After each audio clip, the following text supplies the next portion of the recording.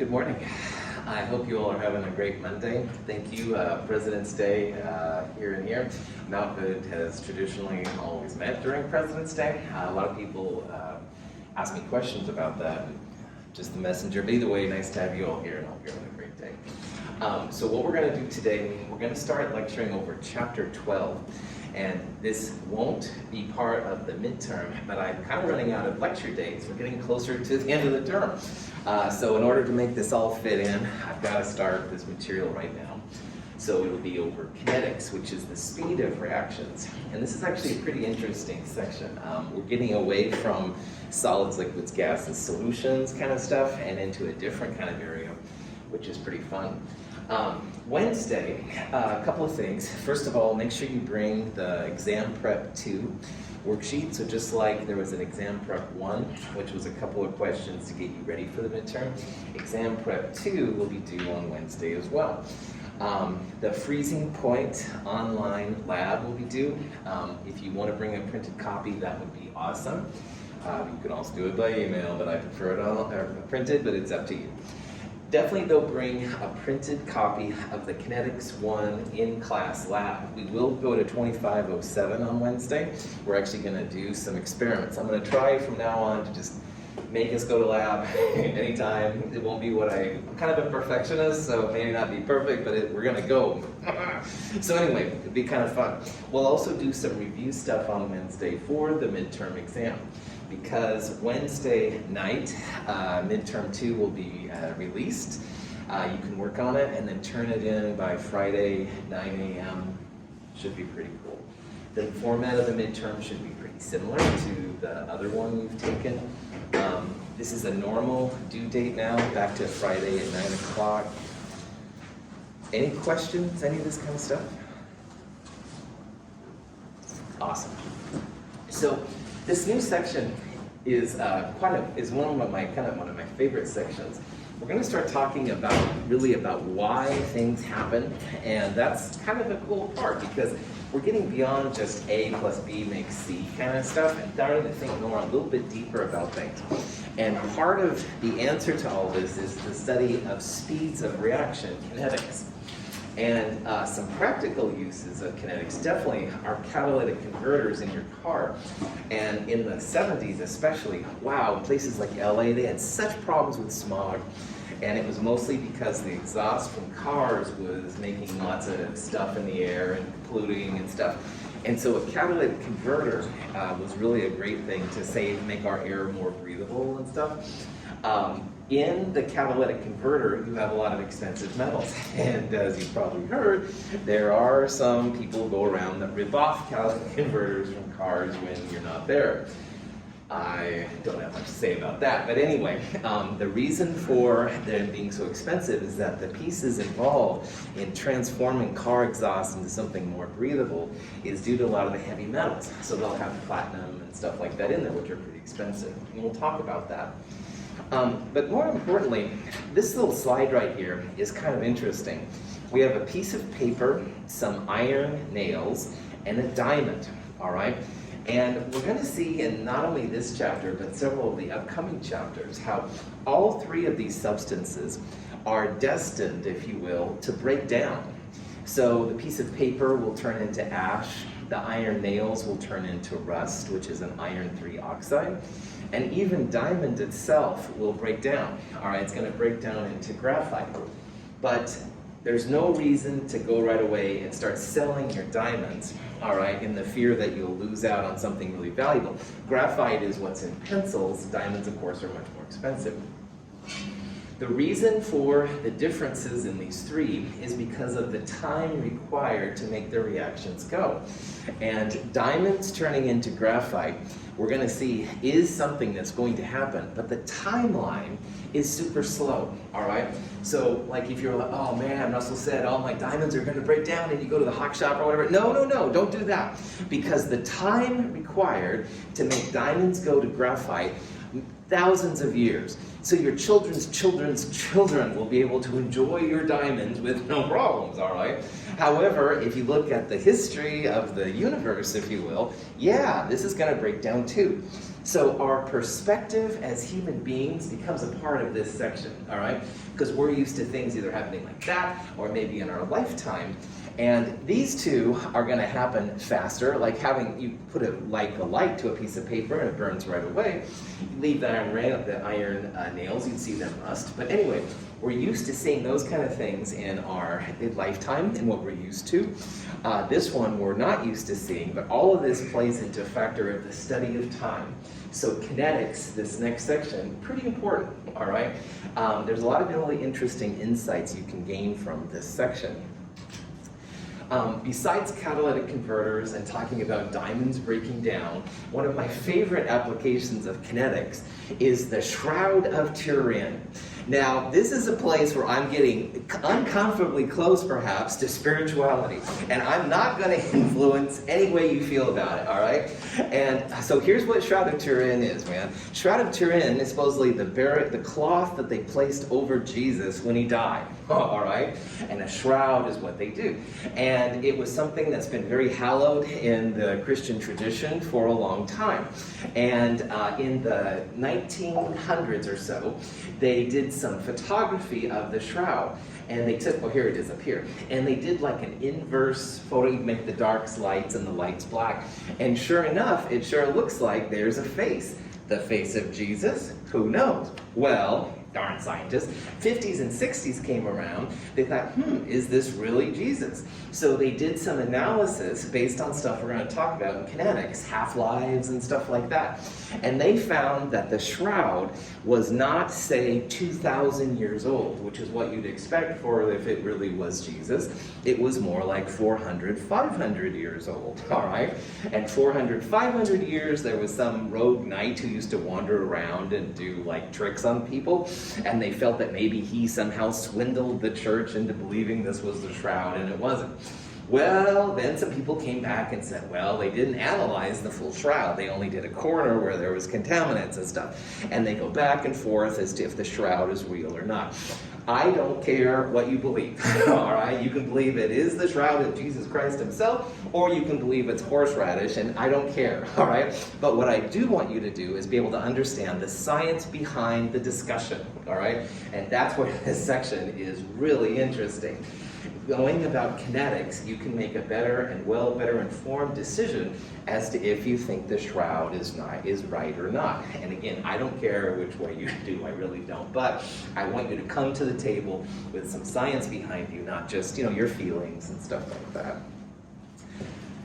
Any questions on that? There's really cool documentaries on the Shroud of Turin, by the way, if this is anything that's interesting to you. All right, so kinetics, all right? There's two big parts of science that we're going to start looking into most. And thermodynamics is something that we've dealt with a little bit. All of the enthalpy stuff we've talked about, delta H, exothermic, endothermic, that's thermodynamics.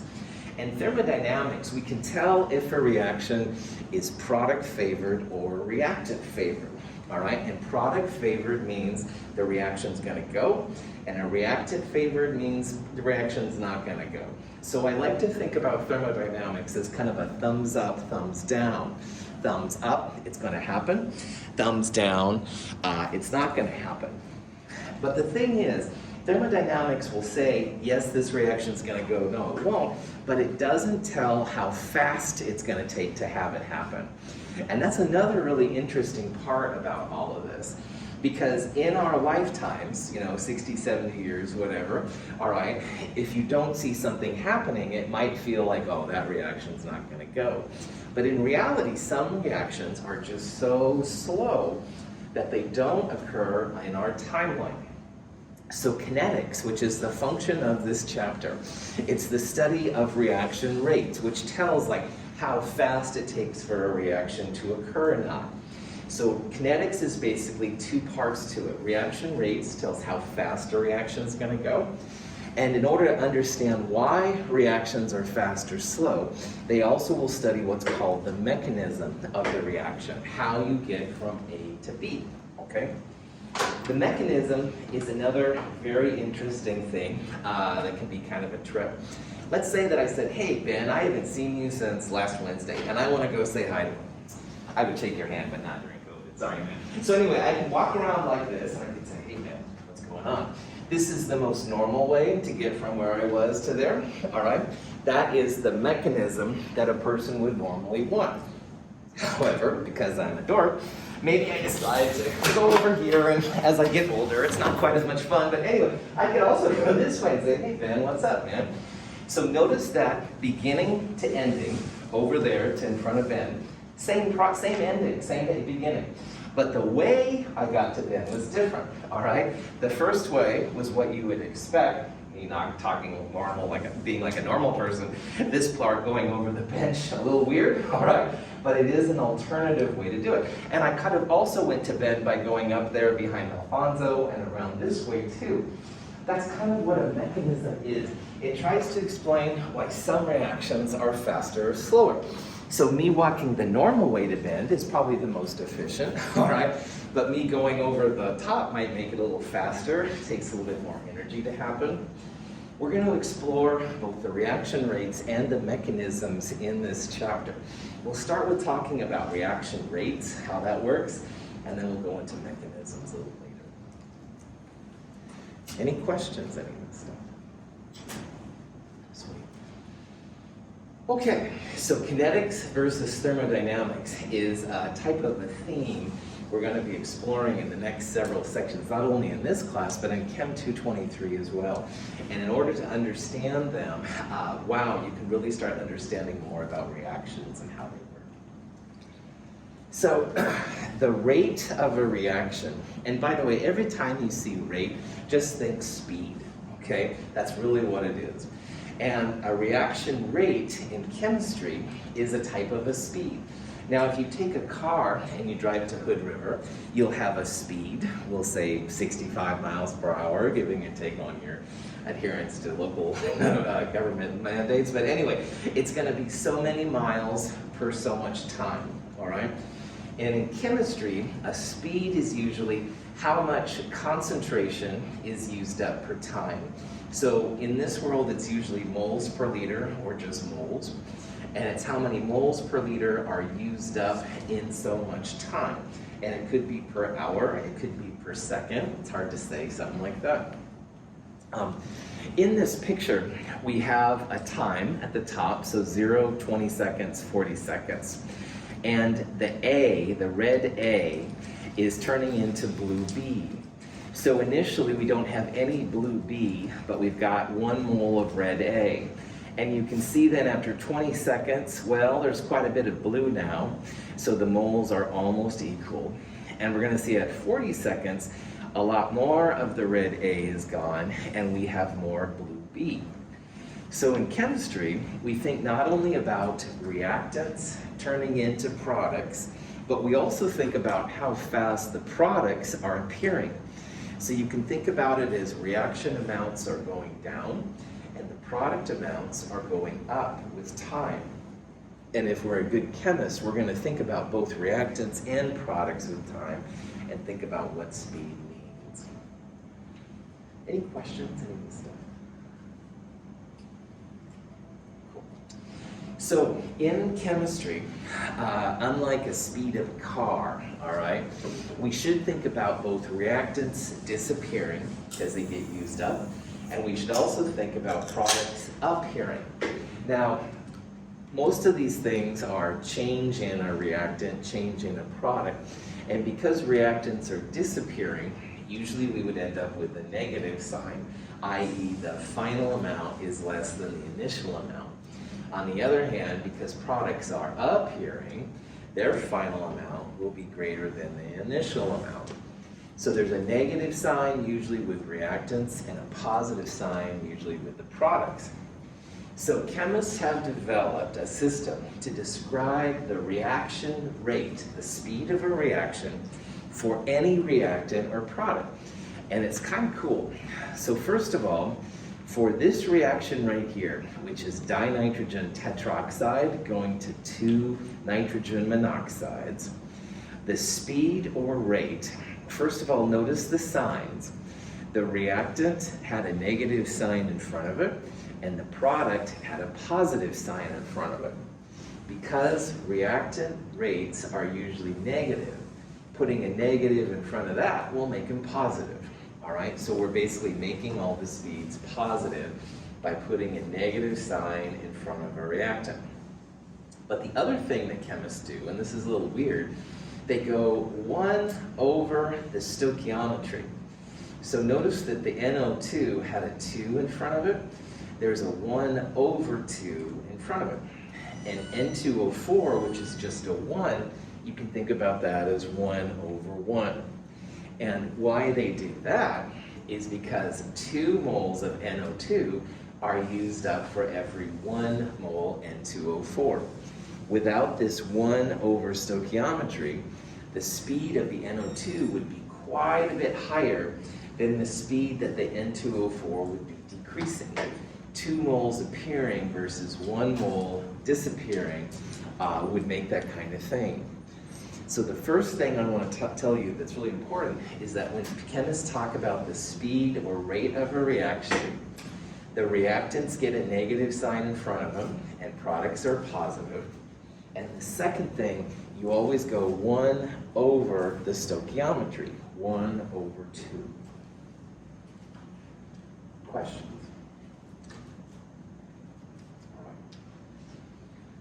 The second thing about kinetics is that kinetics is something that if we had calculus under our belt, differentiating and stuff like that, we could do a lot more.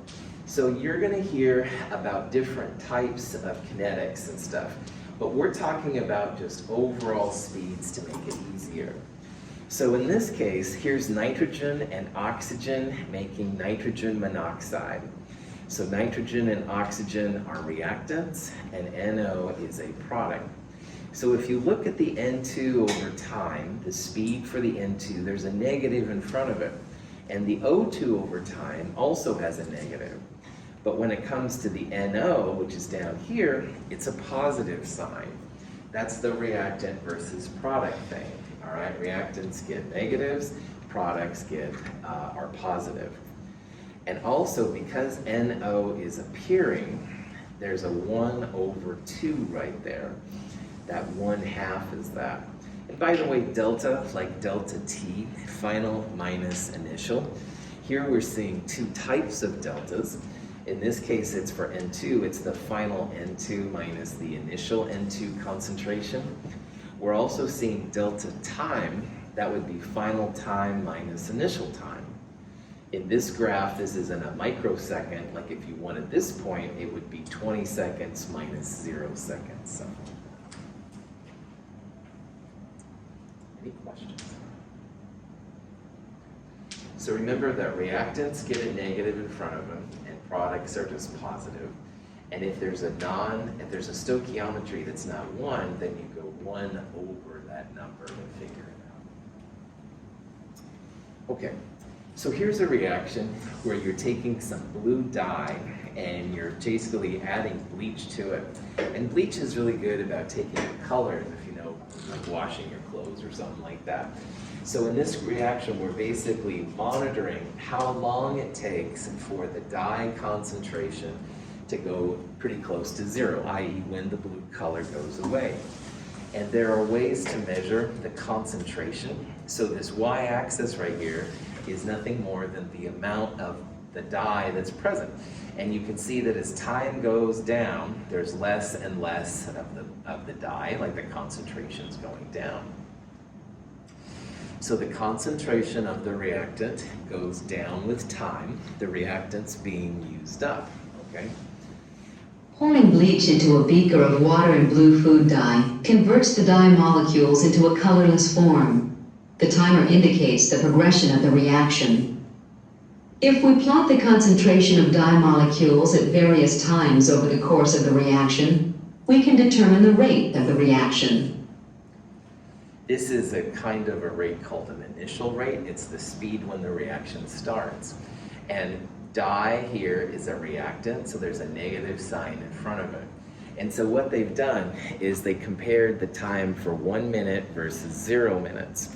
And so the delta T on the bottom is just 1 minus 0, final minus initial. Now at 1 minute, all right, they felt that the dye there was 2. That looks a little high to me, but whatever, doesn't matter. I think it would be down there, but anyway. And then the initial was 3.4.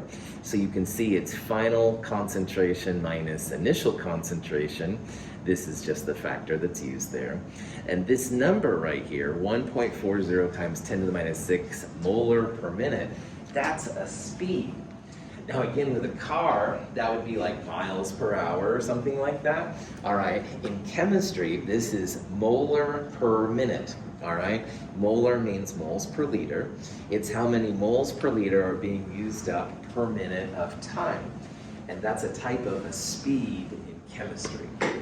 Doesn't sound quite as cool to me as miles per hour or kilometers per hour, but it is the same thing. It tells how much of the reactant in this case is being used up per unit time. Any questions? Okay, there are lots of different kinds of reactions, all right? In chemistry, in our Chem 222 class, we're going to focus on what's called average rate. But you can have, as we saw in the last one, like an initial rate, and you can have rates at certain times. In calculus, oh my gosh, you derive these crazy things, and there's all kinds of things. In calculus, every time you see a delta here, you can think about it as d dt or something like that. Thank the stars, we don't have to worry about calculus. No, I mean, I'm sorry, it's a really powerful tool.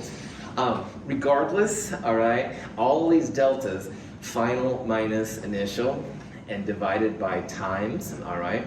You can turn hours into minutes and stuff like that. And most of these speeds you can see, it's some kind of moles per liter per minute or molar per minute.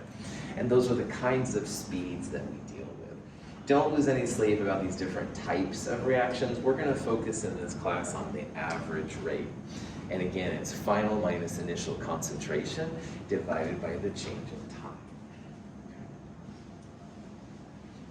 Notice too that all of these speeds end up being positive numbers. Usually that's the case, all right? Once in a while the negative is kept in for different reasons, but most of the time in chemistry the speeds will be positive numbers too. Okay, so here's a question. We have this reactant and it's apparently decreasing over time, and we're curious and stuff as to exactly what the speed is.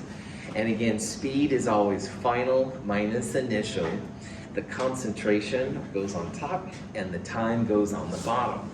So it says over the first 2 minutes. So on the x-axis here, this is 2 and 0. So the bottom part, delta t, will be easy. Final is 2 and initial is 0. So on the bottom, you have 2 minus 0 or just 2. Now for the concentration, all right, the final concentration, maybe 1.2, 1.25, depending on how you do it, minus the initial concentration, which is about 3.4. And if you did use 1.2 minus 3.4, initially that would be a negative number. But because this is a reactant, it's decreasing with time, we're going to put a negative in front of that and make it a positive number. So what I did in this problem is I thought, okay, this is 1.7, oh, I guess 1.7, not 1.2, sorry. 1.7 is the final concentration, initial concentration 3.4. And that's the delta concentration, the top part. And in the bottom part, delta time, 2 is the final time, and 0 is the initial time. Initially, there's a negative sign in front of it. There'd be a negative sign because this part here is negative, so negative, negative makes it a positive number.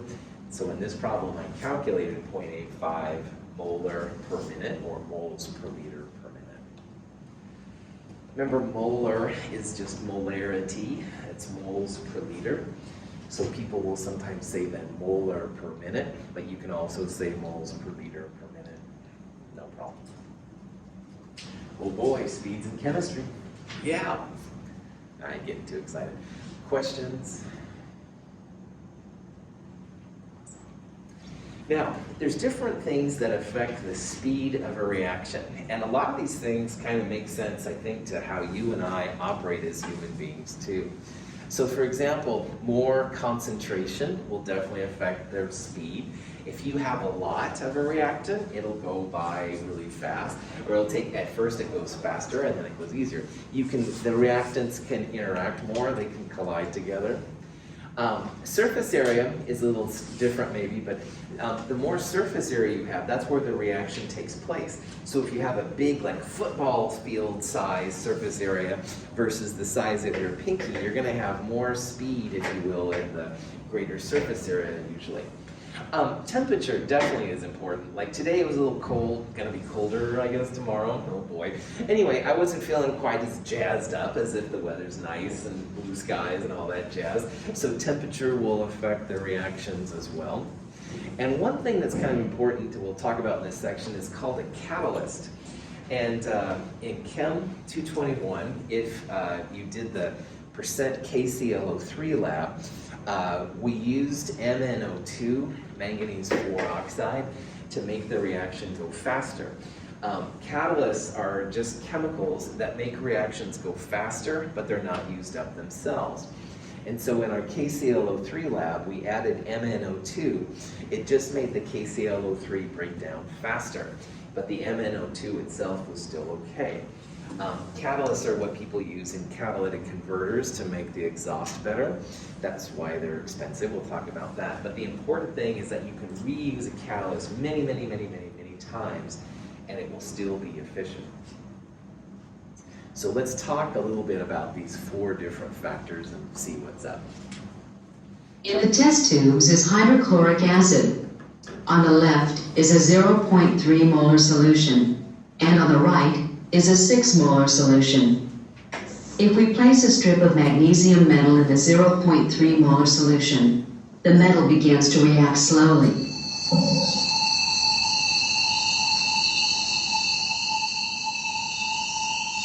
If we place a similar magnesium strip in the 6 molar solution, the reaction is much more vigorous.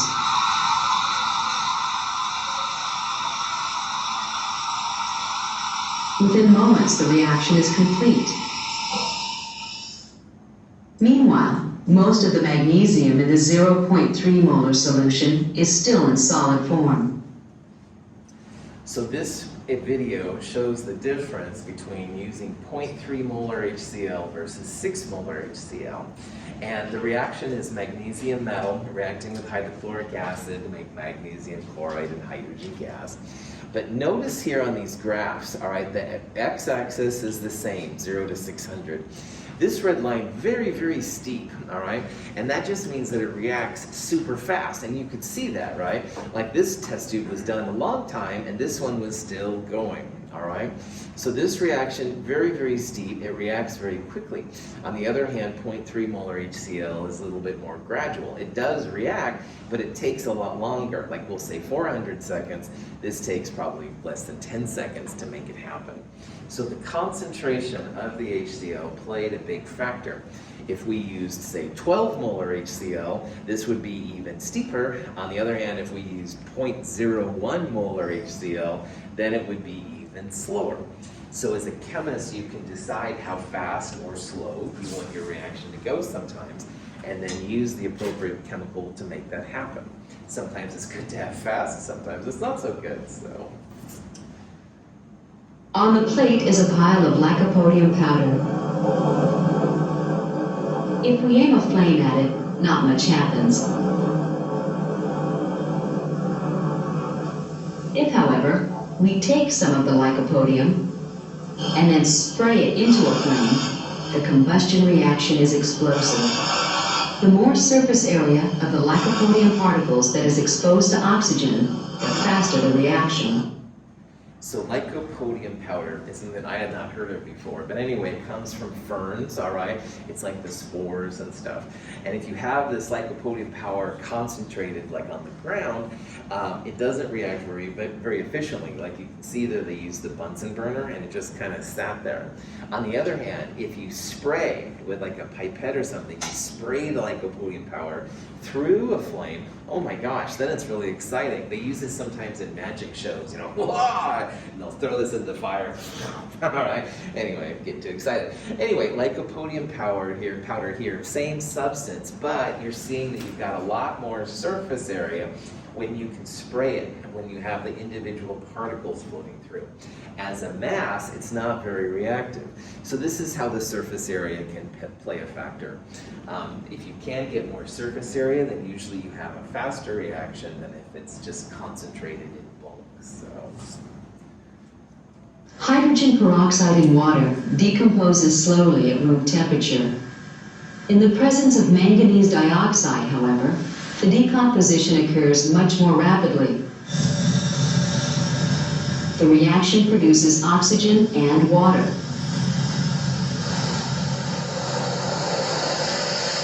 The manganese dioxide is not consumed or otherwise altered by the reaction.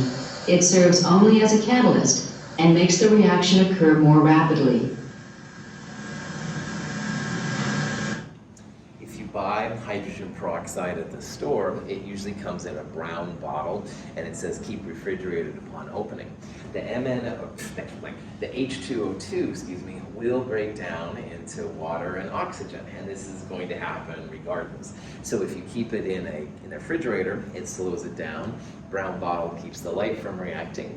But if you want it to react, add some MnO2, and this is the same catalyst that we used in the KClO3 lab in Chem 221 if you did that lab. Anyway, the MnO2 is a catalyst. It makes the reaction go a lot faster. So you can see in this one, man, it started bubbling, going crazy, all kind of energy released and stuff. The H2O2 quickly broke down into water and oxygen. And at the end of this reaction, if we wanted to, we could dry what's left, evaporate off the water, and we'd still have MnO2 around, all right? We can reuse a catalyst over and over and over again. Just once in a while in chemistry classes, I'll have someone ask me, how can I make a lot of money? All right, well, I work at a community college. Thanks for asking. But anyway, what I would tell them, all right, is if you could get a good catalyst, buco dinero, because man, oh man, a good catalyst can make transformations possible that don't normally happen, or they happen so slow and stuff.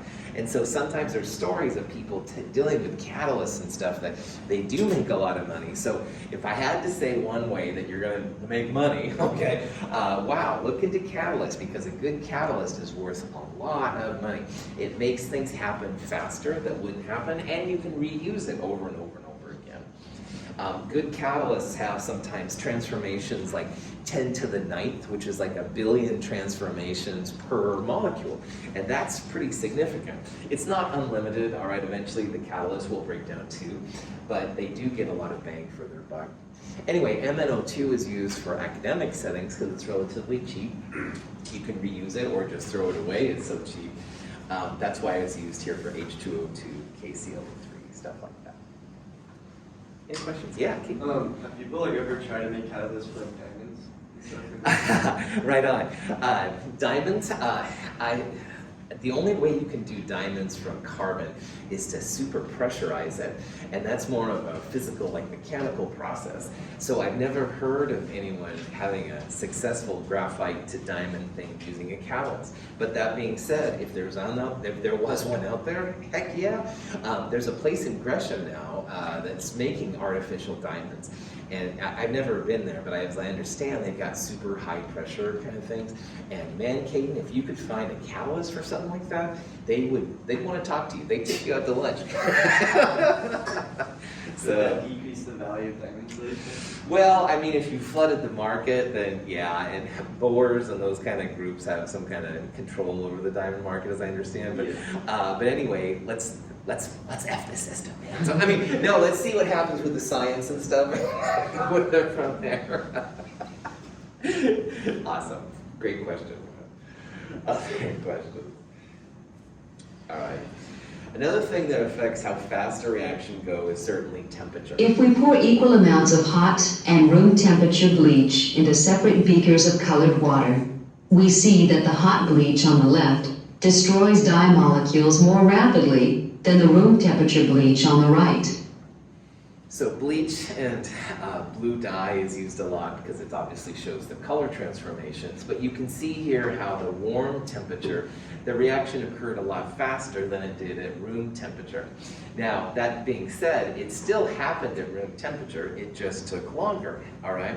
So we're gonna see that temperature can make the reaction go a lot faster, or if you cool it down, of course, it would take a lot longer. And that's kind of like how I feel like when it's cold outside. This is more me, I'm a little slower to react to things. On the other hand, the weather's nice, sunny, blue sky, all that jazz. A little caffeine probably as well. Anyway, yeah, I go a little bit faster too. So reactions kind of go faster usually with temperature and slower. Okay. So in order to understand how rates, what that means and stuff like that, and to figure it out, we have to look at the mechanism, how you go from A to B, like how I went from where I'm standing to where Ben is. But in order to understand the mechanism, we need to know the things that make a reaction go faster and slower.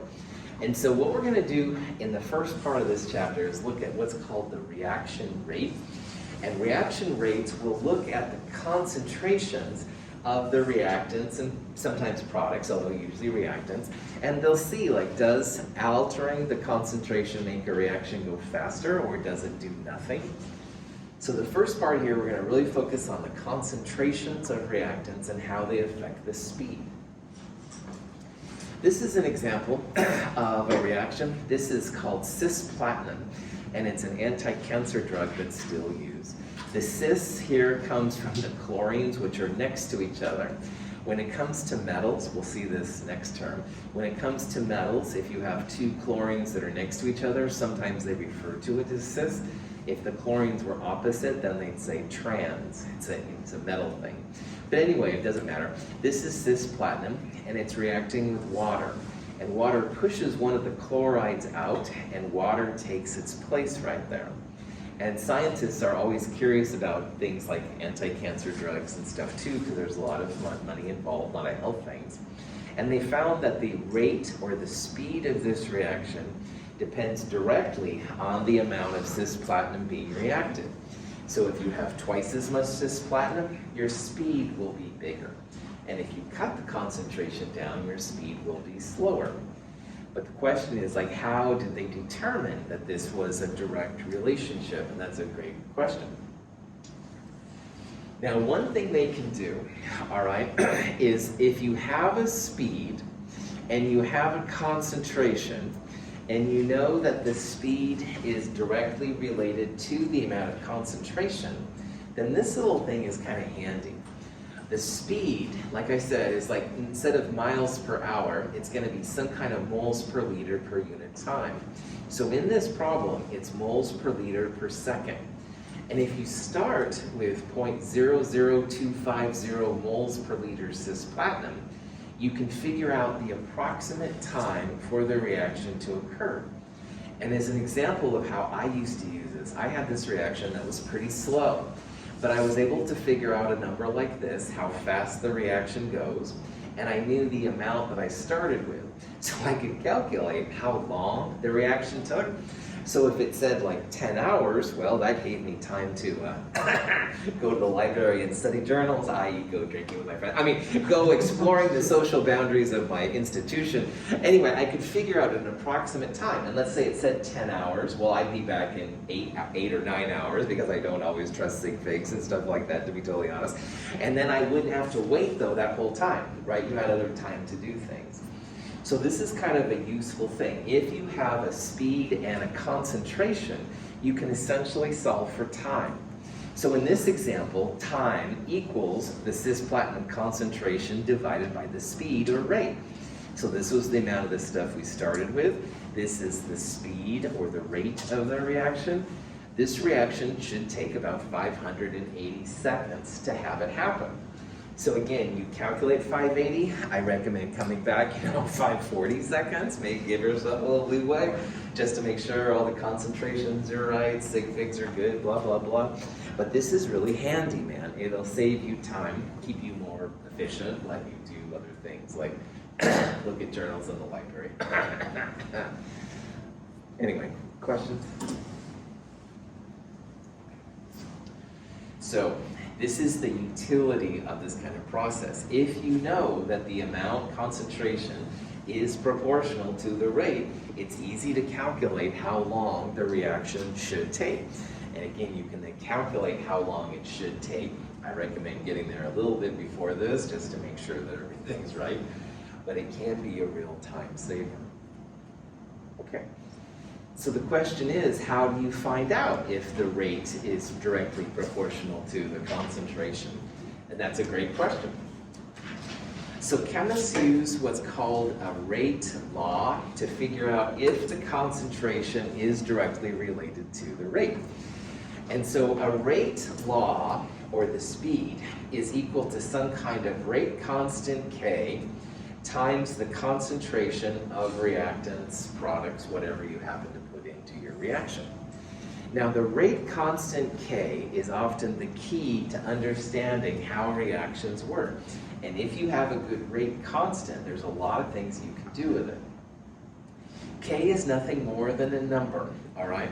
And you can change the concentration of, for example, Cis-Platinum in this case, to anything you want, and K won't change. If you change the temperature, then K will change, and we'll talk about that later. But for right now, as long as you don't play with the temperature, the rate constant K is kind of like a holy grail for a reaction. In the lab we're going to do this week, when we actually go to lab once again, the goal will be to find the rate constant K, and we'll go through several steps to see how things go. Okay.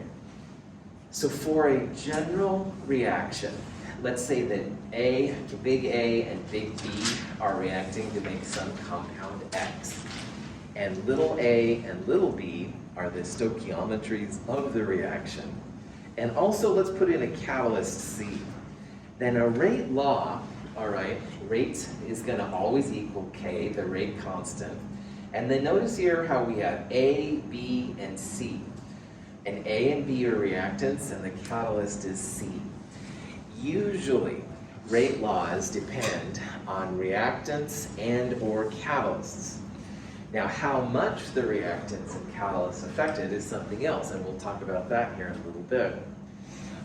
A, B, and C have square brackets around them, and that means moles per liter. And all of those are raised to the little m, little n, and little p power. And these little m, n's, and p's are called reaction orders. And reaction orders mean that some reactants or catalysts are more important to the speed of a reaction than others. Now in this class, and in Chem 223 if we go into it, M, N, and P's will only be 0, 1, or 2. You'll never have M, N, and P of like 0.5, -1, 3, all right? It's literally only 0s, 1s, and 2s. And that works pretty well in the real world. There's a few exceptions, but generally speaking, these little M, N's, and P's are 0, 1, and 2 only. You have to do experiments to figure out M, N, and P. Like there's no theoretical way or there's no equation you can use to figure out what M, N, and P are. You have to do experiments and stuff to see what's happening. Sometimes people talk about an overall order for a reaction. That would be just adding those up. So M plus N plus P would be the overall order of a reaction. So what we're going to start doing now is looking at how to get the different values for the rate law. And this part right here is the rate law. And a rate law has a rate, which is how fast the reaction goes. It's usually molar per second or molar per minute. It's got a rate constant K, which is kind of the holy grail. If you get K, then there's lots of things you can do with it. And then to the right of K, there's going to be reactants and maybe a catalyst raised to these powers. And the powers are called reaction orders, and they're 0, 1, and 2 only. And we'll talk about what those mean here in a little bit. So, if you have the rate law, which is all the pieces in there, you can control and determine how fast reactions will go. And you can figure out then if you have to wait 5 hours or 5 seconds for the reaction to happen. And you can sometimes make things change to make the time go longer or shorter. It's pretty cool. Any questions? Okay, so let's think about what those little rate orders mean. And remember that in Chem 222 and Chem 223, it's only 1, 2, or 0, all right? The most common one, I would argue by far, is if you have an M equals 1, all right? Anytime you see an order equal 1, it's called first order, all right? Most reactions, I would argue, have first order reactants. So if you had rate equals K times A to the first power, and you double the A, all right? If you wanted to know how the speed or rate is affected, you can figure it out, because 2 times A is like 2 to the first power. And what in math is anything, like if you take 2 and you raise it to the first power, what is 2 to the first power equal to? 2, that's right. Anything to the first power is just itself. So 2 to the first power would be 2. That would mean your rate would go up by 2. If you triple the concentration of A, that would be 3 to the first power. That would mean your rate would go up by 3. On the other hand, if you take the concentration down to half of what it was, 1/2 to the first power, your speed or rate would go down to half of what it was before. So anything you do to the reactant or catalyst A is going to be reflected in the rate. If you double it, speed goes up by 2. Times 4, speed goes up by 4. All right? That's what a first order means. The Cis-Platinum I showed earlier was a first order reactant. So if we doubled Cis-Platinum, the speed goes up by twice as much. And this is probably the most common of the different orders. Now, if you have a second order reactant, that means that the little superscript right there is a 2. These are more rare, but they do happen, and that's why it's important. These will affect your speed big time, all right? So let's say, the saying that I sometimes use is, well, if a little is good, a lot is better. Well, if you double A, and A is a second order reactant, what would be the math value of 2 to the second power? 4, all right? So 2 squared is 4. If you double A, your speed goes up by 4 times. So you're like, you just add it, it's basically done, right? If you triple A, 3 squared is 9, then your speed goes up by 9 times. So you're like, what the? So then you only add half of the A. Well, 1/2 squared is 1/4. Your speed goes down to 1/4 of what it was. So a second order reactant will mess with your speed. Like you're going to be so used to having first order things, doubling makes the speed go up by 2. All of a sudden you double something and your speed goes up by 4, you're like, whoa. So second order makes a big difference when you have these kind of things done. But there's one more possibility, which is 0 order. 0 order means you literally raise it to the 0 power. What is 2 to the 0 power in math? 1, that's right. 0 order reactants don't affect the speed. And that's going to be really important. You can double them, triple them, cut them down by 1/2, multiply by 1,000,000 times. Speed, rate is going to be the same. This one is not as exciting, but it is something that you'll see quite a bit. Certain reactants or catalysts don't affect how fast a reaction goes. And what you're going to see is that these 0 order reactants don't affect the speed. So when it comes to 0, first, and second order, we're talking about effects to the speed of the reaction. You still need all these reactants, catalysts to make your products, but if you're talking about things that affect the speed, First order things will directly affect it. Second order will make it go crazy. And zero order isn't going to affect your speed at all.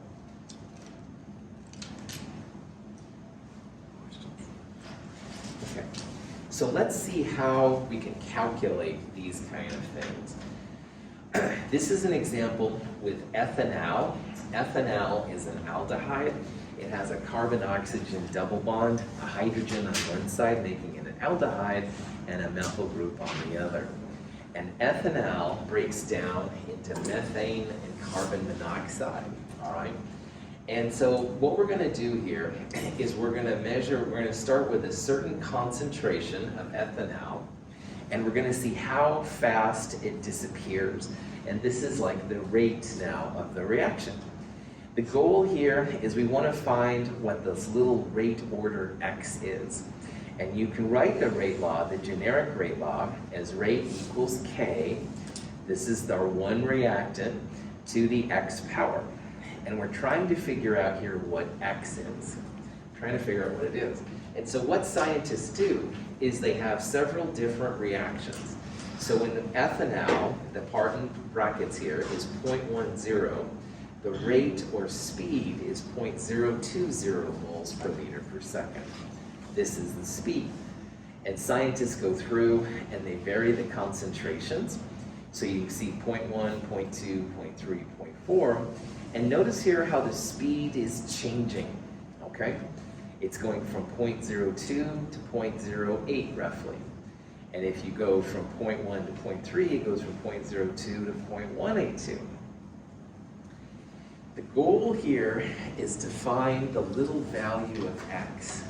And the only values of x you can have are 0, 1, and 2.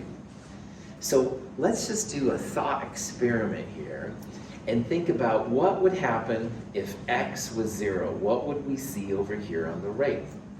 So if x was 0 and we went from 0.10 to 0.20, what are we doing to the reactant concentration? Are we tripling it? Are we cutting it down by a fourth? Doubling it. Thank you, Dylan. That's right. You're going from 0.10 to 0.20. This is like doubling your reactant concentration. And so if x was 0 and we doubled this concentration, 2 to the 0 is just 1, you would think the rate would be the same. It would be about 0.020 if x was 0. But as you can see, the rate did not stay the same. So this is not a zero order reaction. So let's try the next one.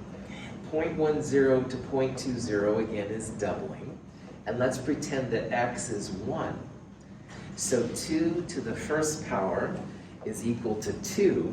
You would expect the rate to go up by about 2. So 0.02 times 2, 0.040. We don't have 0.040 either. So because this number, which is where you double it, is not 0.040, we don't have a first order reaction either, all right? Because if x was 1 and you doubled it, 2 to the 1 is 2, you'd think 0.020 would become 0.040, twice as much. So the only other option in our class, which is kind of nice, doubling it, if x was 2, then 2 squared would be 4. So 0.020 times 4, pretty close to 0.081. So sometimes by just looking at the data, you can figure out what this little order of reaction is, and it looks like it's 2. Now, if that's too googly gook and you're like, Russell, you're throwing your hands around like something, there's different ways that you can calculate how this works out. So what you can do is basically write the equation out. So rate equals the number from here times k, which we don't know, times the reaction concentration to x. So if you look here, I've got rate 2 over rate 1. Rate equals k, concentration, and we don't know x. So you can see that these two numbers were used here, and these two numbers were used right here. Now, sometimes you can just see that 0.08 divided by 0.02 is about 4.1 in your calculator. And 0.20 divided by 0.10 to the x would be a change of 2 to the x. The k over k cancels out. So if x is only 0, 1, and 2, the only thing that gives 2 to the x equals about 4 would be 2. 2 squared is 4. Now, sometimes that's a little too vague for people. You can also use logarithms, which is totally fine. If you take 0.081 divided by 0.02, you get 4.1. The k's cancel out here.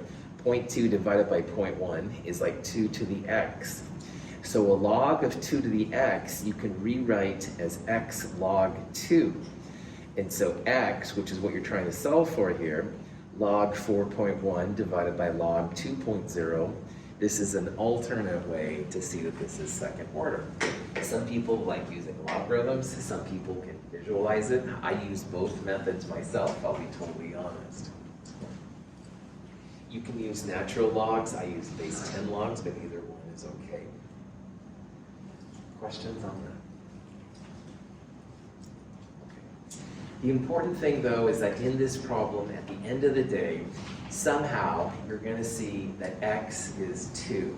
So that means that your ethanol, this compound, is decomposing in a second order reaction. So the little x here is going to be 2, and you can write rate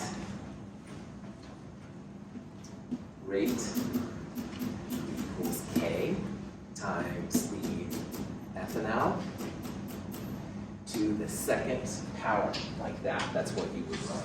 Oh, I wrote it CHO instead of COH for the same thing. Question? All right. This is a good place to take a break. So let's take about a 5-minute break. Definitely go ahead and stretch your legs. We'll start up again 10:01-ish, something like that. So I'll leave this up here too.